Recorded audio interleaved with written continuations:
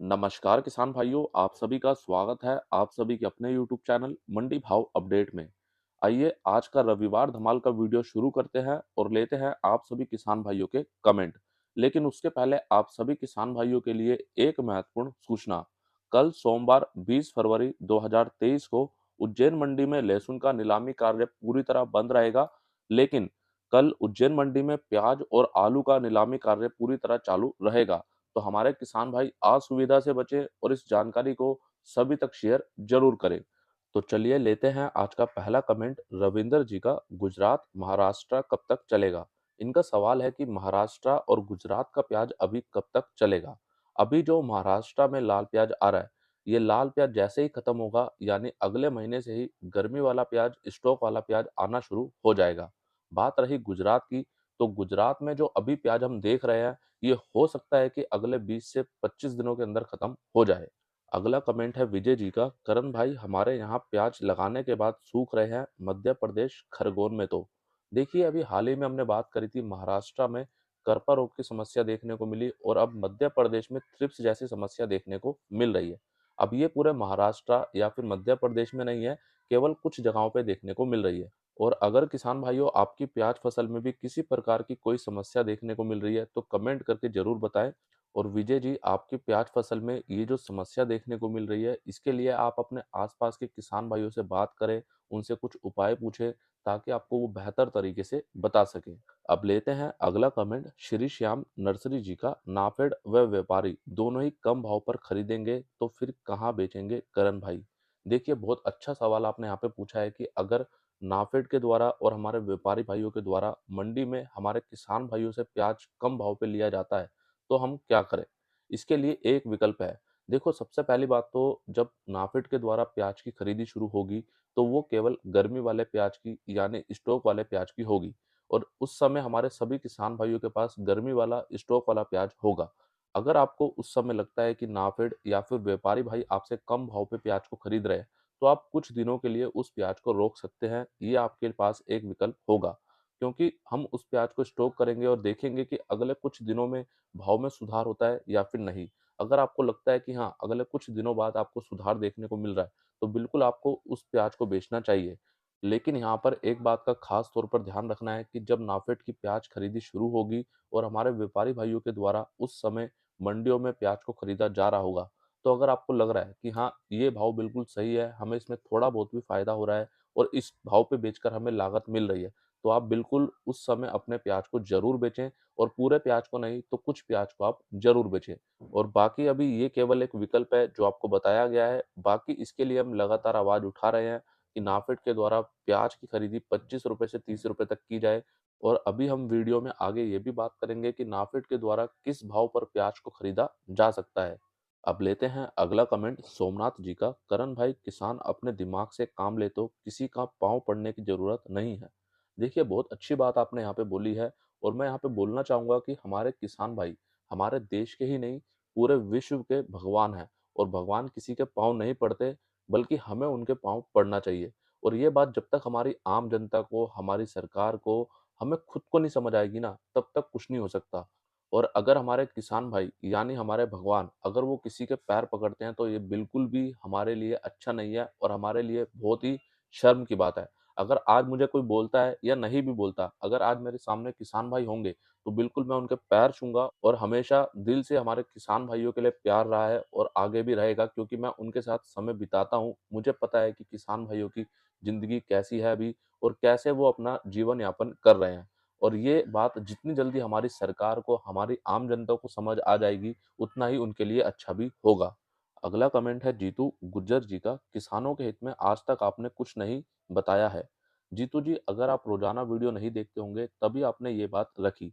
लेकिन मैं भी यहाँ पर आपको बताना चाहूंगा कि कभी भी ये नहीं सीखा कि अपनी खुद बड़ाई करनी चाहिए और खुद बताना चाहिए कि हमने क्या किया या क्या नहीं किया।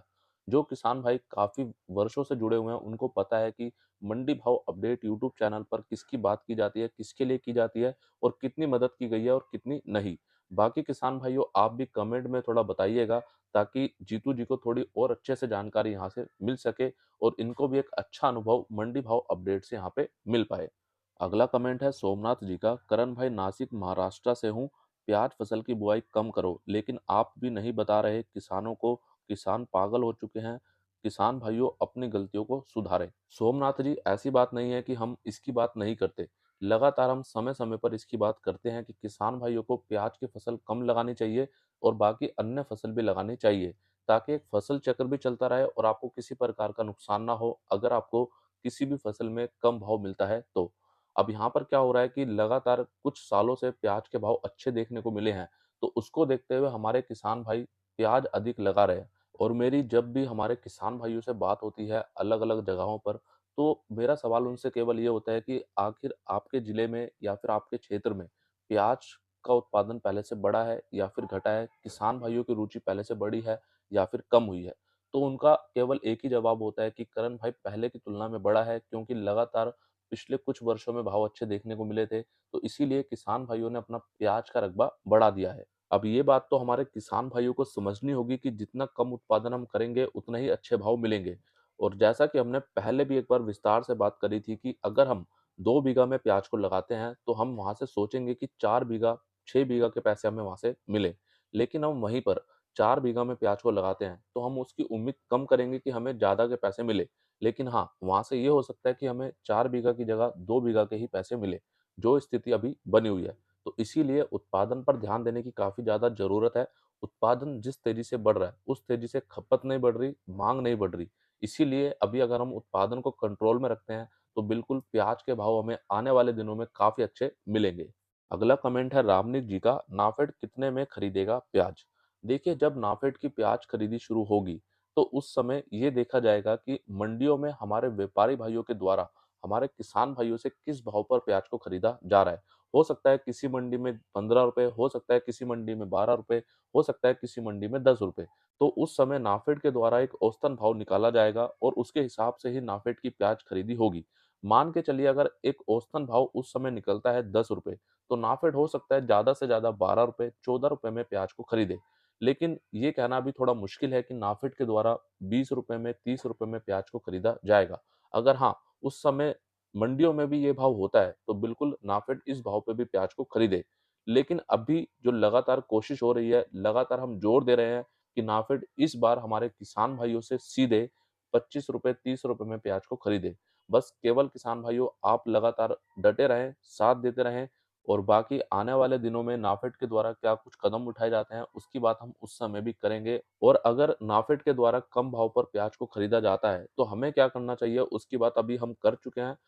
और ज़्यादा अगर आपको जानकारी चाहिए इसकी, तो आप पिछले कुछ वीडियो देखिए, उसमें हमने विस्तार से इन सब की बात करी है। अगला कमेंट है राजेश जी का, करण भाई, सागर मध्य प्रदेश में किसानों का प्याज ₹4 किलो बिक रहा है खेत से।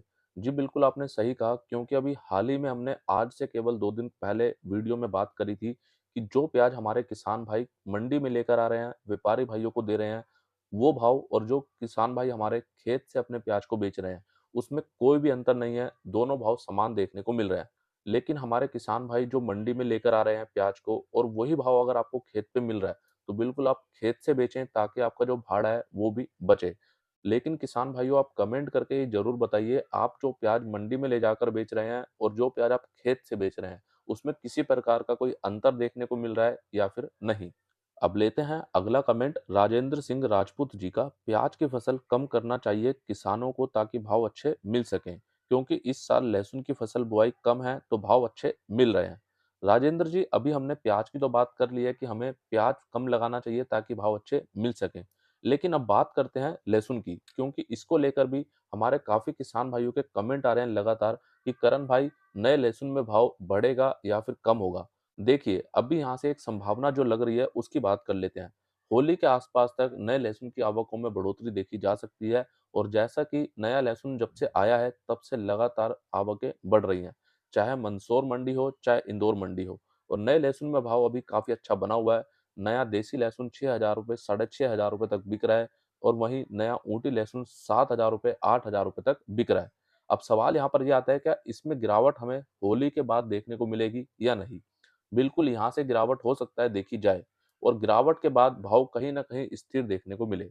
और जहाँ तक मेरी एक संभावना है कि होली के बाद या फिर होली के आस-पास तक नया देसी लहसुन का भाव हम लगभग ₹3,000 से ₹4,000 तक देख सकते हैं। वहीं नया ऊँटी लहसुन का भाव हम लगभग 5,000 रुपए, 6,000 रुपए तक देख सकते हैं। बाकी किसान भाइयों, स्थितियों में कुछ भी परिवर्तन होता है आने वाले दिनों में, तो उसकी जानकारी भी आपको समय-समय पर दी जाएगी। उसके लिए आप अभी आपके अपने मंडी भाव अपडेट यूट्यूब चैनल को सब्सक्राइब करें। सब्सक्राइब करने के बाद बेल आइकन को दबाएँ। बेल आइकन को दबाकर ऑल पे क्लिक करें, ताकि आपको वो सभी जानकारियाँ आगे भी मिलती रहें। और किसान भाइयों, आप अपने लहसुन को बेचने का या फिर रोकने का निर्णय स्वयं से लें, बाजार को देखते हुए लें, ताकि आपको किसी प्रकार का नुकसान ना हो। अगला कमेंट है समीर मंसूरी जी का। करण भैया, 2,000 रुपए जो सरकार दे रही है, उससे किसानों को कोई फायदा नहीं है। ये तो ऐसा है जैसे ऊँट के मुँह में जीरा, और सरकार किसानों को बेवकूफ़ बना रही है। 2,000 रुपए तो दे रही है सरकार, मगर जो किसान सुपर फास्ट खरीदते हैं, उस पर ही 200 रुपए बढ़ा दिए सरकार ने पर कट्टे पर। अब किसान अगर 10 कट्टे भी खरीदता है, तो उसके 2,000 रुपए ज़्यादा लग गए, और ऐसे कई किसान हैं जो 50 कट्टे, 60 कट्टे, 100 कट्टे खरीदने पड़ते हैं सुपरफास्ट के।